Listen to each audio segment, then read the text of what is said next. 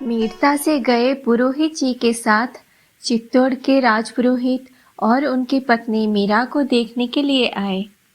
उसके अनुमानातीत अकल्पनीय रूप के जादू से विमोहित पुरोहितानी जी ने मीरा को आशीर्वाद दिया। कुछ दिनों के बाद वे चित्तौड़ प्रस्थान कर गए। कुछ दिनों के बाद चित्तौड़ से गिरिजा जी के पुत्र जन्म का शुभ समाचार आया। वीरमदेव जी पत्नी को लेने चित्तौड़ पधारे, साथ में जयमल भी गए। चित्तौड़ में भोजराज को देखकर जयमल को लगा कि वे कुम्हला गए हैं, रंग फीका पड़ गया है। वे पहले के हंसने बोलने और खाने पीने वाले भोजराज कहीं खो गए और एकांत में बैठ आकाश की ओर देखते हुए लंबी निश्वासें छोड़ने वाले भोजराज प्रकट हो गए हो। जाने अनजाने जयमल मीरा की चर्चा कर बैठते तो जैसे भोजराज की आंखों में सूक्ष्म सी चमक आ जाती। उस दृष्टि से उत्साहित होकर जयमल अपने और मीरा के बचपन और उनकी भक्ति के चमत्कार की बातें सुनाते जाते। भोजराज मुख से भले कुछ न कहते, पर बीच बीच में अपनी बड़ी बड़ी पलकी उठाकर वे जयमल की ओर देखते। यद्यपि अपने मन के घाव को वे पूर्ण शक्ति और सावधानी से गुप्त रखते थे, पर उनकी आंखें चुगली खा ही जाती। वह प्यासी दृष्टि जयमल को बता ही देती कि मीरा की चर्चा उन्हें प्रिय है। महारानियां अपनी दुलारी ननंद गिरिजा जी से मीरा के विषय में पूछती और वे उसके रूप गुणों की प्रशंसा करते न थकती। वह भगवान की बड़ी भक्त है भाभी सा। एक दिन उन्होंने साहस करके कह ही दिया, अपने भगवान के सामने उसे कुछ नहीं सूझता। उसमें सभी गुण हैं, पर वह भक्ति को सबसे प्रधान मानती है। उसके गुण भी भगवान के लिए ही हैं। जैसे वह कवयित्री है, पर अपने इस गुण का प्रयोग वह भगवान के भजन रचने में ही करती है। आप श्री जी से निवेदन कर दीजिए, कहीं ऐसा ना हो कि बाद में विवाद उठे। मैं तो दोनों ओर से बंधी हूँ। बात महाराणा ने भी सुनी। उन्होंने कहा, अरे भक्ति है कहाँ, किसी भाग्यवान को ही तो मिलती है। चिंता की बात नहीं, हमारे तो दोनों हाथों में लड्डू है। यदि वह संसारी है तो ऐसी सुंदर सुशील बहू मिलेगी हमें, और भक्त है तो हमें तार देगी। विवाह की तैयारी में मीरा को हल्दी चढ़ी। उसके साथ ही दासियां गिरिधर लाल को भी हल्दी चढ़ाने लगी और गीत गाने लगी। मीरते में हर्ष उत्साह समाता ही न था। मीरा तो जैसी थी वैसी ही रही। खाना पीना पहनना उसे कुछ भी ना सुहाता। श्याम कुंज अथवा अपने कक्ष का द्वार बंद करके वह पड़ी पड़ी रोती रहती। उसके विरह के पद जो भी सुनता रोए बिना न रहता। किंतु सुनने को देखने को समय किसके पास है। मीरता के भाग जगह है कि हिंदुआ सूरज का युवराज इस द्वार पर तोरण वंदन करने आएगा। उसके स्वागत में सब बावले हुए जा रहे हैं। कौन देखे सुने कि मीरा क्या कह रही है।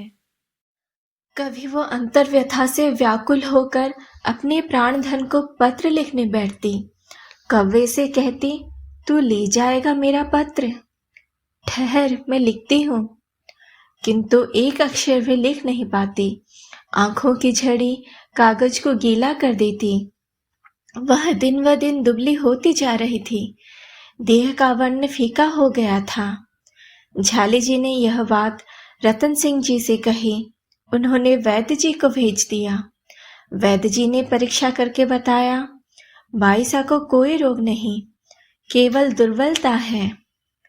वैद्य जी जाने के बाद मीरा श्याम कुंज चली गई और वहां तानपुरा उठाकर गाने लगी।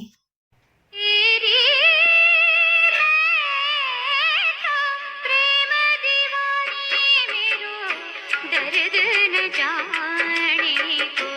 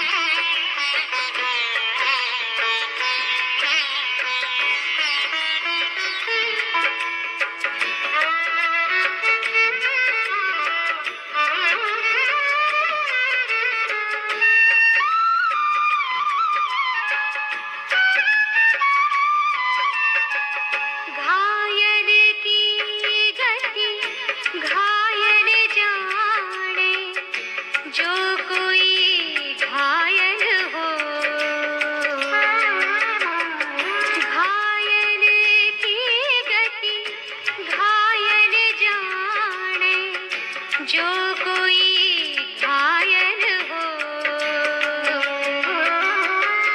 जो हरि की गति जो हरि जाने, जो हरि की गति जो हरि जाने, कीजिन जो हर हुई तेरी मैं तो प्रेम दीवानी मेरो दर्द न जाने को,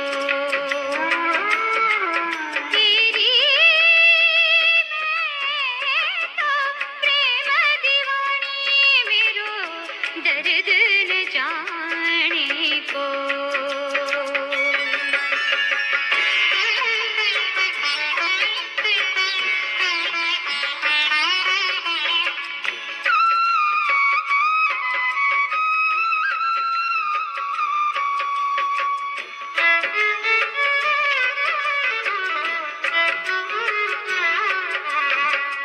सूरी ऊपर सेज हमारी, सोवण किस बिध हो,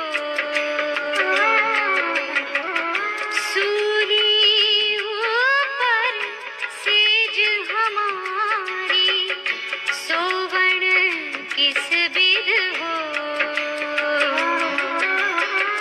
गगन मंडल पर सेज पिया की, गगन मंडल पर सेज पिया की, किस बिध मिलना हो तेरी मैं तो प्रेम दीवानी मेरो दर्द न जाने को, तेरी मैं तो प्रेम दीवानी मेरो दर्द न जाने को।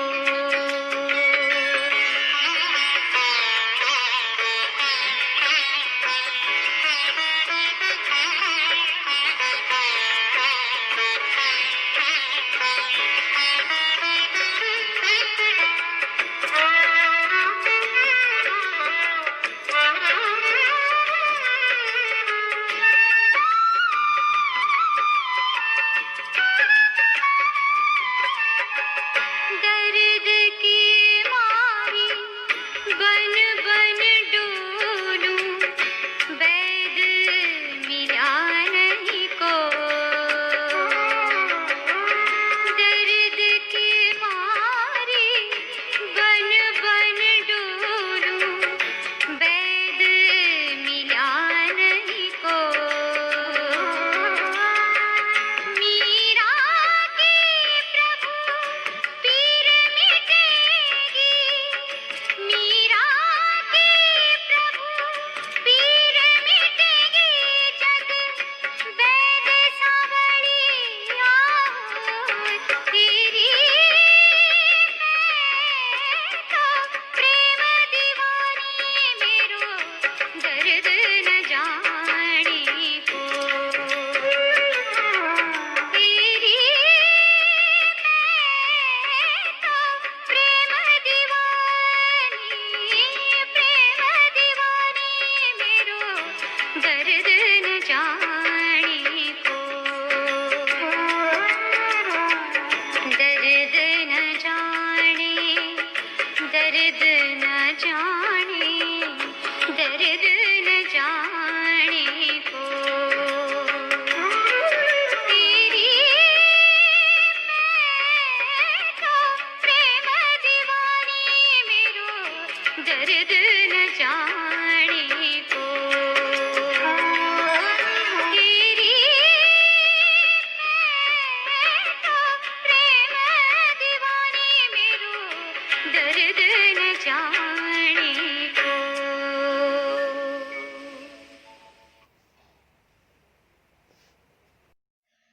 अक्षय तृतीया के दिन प्रातःकाल मीरा पलंग पर से सोकर उठी तो दासियां चकित रह गई।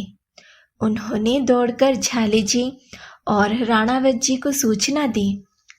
उन्होंने आकर देखा कि मीरा विवाह के साज से सजी है बाहों में खांचों समेत दांत का चंदरवाय का चूड़ला है, गले का आभूषण है, नाक में नथ, सिर पर माथा पट्टी, हाथों में रची मेहंदी, दाहिनी हथेली में हस्त मिलाप का चिन्ह और साड़ी की पटली में खोसा हुआ पीतांबर का गठजोड़ा, चोटी में गूंथे फूल और केशों में पिरोए गए मोती, कक्ष में और पलंग पर फूल बिखरे हुए हैं। यह क्या है मीरा? बारात तो अब आएगी ना? राणावत जी ने हड़बड़ा कर पूछा। आप सबको मुझे ब्याहने की बहुत होश थी ना? आज पिछली रात को मेरा विवाह हो गया। मीरा ने सिर नीचा किए पांव के अंगूठे से धरा पर रेख खींचते हुए कहा, प्रभु ने कृपा कर मुझे अपना लिया बड़ी माँ। मेरा हाथ थामकर उन्होंने भवसागर से पार कर दिया। उसकी आंखों से हर्ष के आंसू निकल पड़े। यह गहने तो अमूल्य है मीरा, कहाँ से आए? झाली जी ने पूछा। पडले में आए हैं भावो। पोशाके, मेवा और श्रृंगार सामग्री भी है, वे इधर रखे हैं, आप देख संभाल लें। मीरा ने लजाते हुए धीरे धीरे कहा। पोशाके देखकर उनकी आंखें फैल गई। जरी के वस्त्रों पर हीरे जवाहरात का काम किया गया था, जो अंधेरे में भी चमचमा रहे थे। वीरमदेव जी ने सुना वे अपने भाइयों के साथ आए। उन्होंने सब कुछ देखा, समझा और मन में कहा, क्यों विवाह करके इसे दुख दे रहे हैं हम? किंतु अब तो घड़ियां घट रही है, कुछ भी बस में नहीं रहा अब तो। वे निश्वास छोड़ बाहर चले गए। बारात आई। गोधूली बेला में द्वार पूजन त्वरण वंदन हुआ। हिंदू आसूर्य और मेड़ताधीश बाहों में भरकर एक दूसरे से मिले। चित्तौड़ से आया हुआ पडला रनिवास में पहुंचा तो सब चकित से देखती रह गई। वस्त्रों के रंग, आभूषणों की गढ़ाई और गिनती उतनी की उतनी, वैसी की वैसी, केवल मूल्य और पोत में अंतर था। जब मीरा को धारण कराने का समय आया तो उसने कहा, सब वैसा का वैसा ही तो है भावा हुकुम, जो पहने हो वही रहने दीजिए ना। चित्तौड़ से आई हुई सामग्री उसके दहेज में शुमार हो गई। भावरे के समय बाएं हाथ से गिरिधर लाल को साथ ले लिया मीरा ने। मंडप में अपने और भोजराज के बीच में ठाकुर जी को विराजमान करा दिया। विवाह के पश्चात दोनों मंडप से उठकर जनवासे में कुलदेव, पिताजी, पुरोहित जी को प्रणाम किया। दोनों को एक कक्ष में पधार दिया गया। द्वार के पास निश्चिंत मन से खड़ी मीरा को देखकर भोजराज धीमे पदों से उसके सम्मुख आ खड़े हुए। मुझे अपना वचन याद है, आप चिंता न करें। जगत और जीवन में मुझे आप सदा अपने ढाल पाएंगे। उन्होंने गंभीर मीठे स्वर में कहा। थोड़ा हंसकर वे पुनः बोले, यह मुंह दिखाई का नेग, इसे कहाँ रखूं? उन्होंने खीसे में से हार निकालकर हाथ में लेते हुए कहा। मीरा ने हाथ से झरोखे की ओर संकेत किया और कहा, एक लिंग के सेवक पर अविश्वास का कोई कारण नहीं दिखाई देता। फिर मेरे रक्षक कहीं चले तो नहीं गए हैं? मीरा ने आंचल के नीचे से गोपाल को निकालकर झरोखे में विराजमान करा दिया।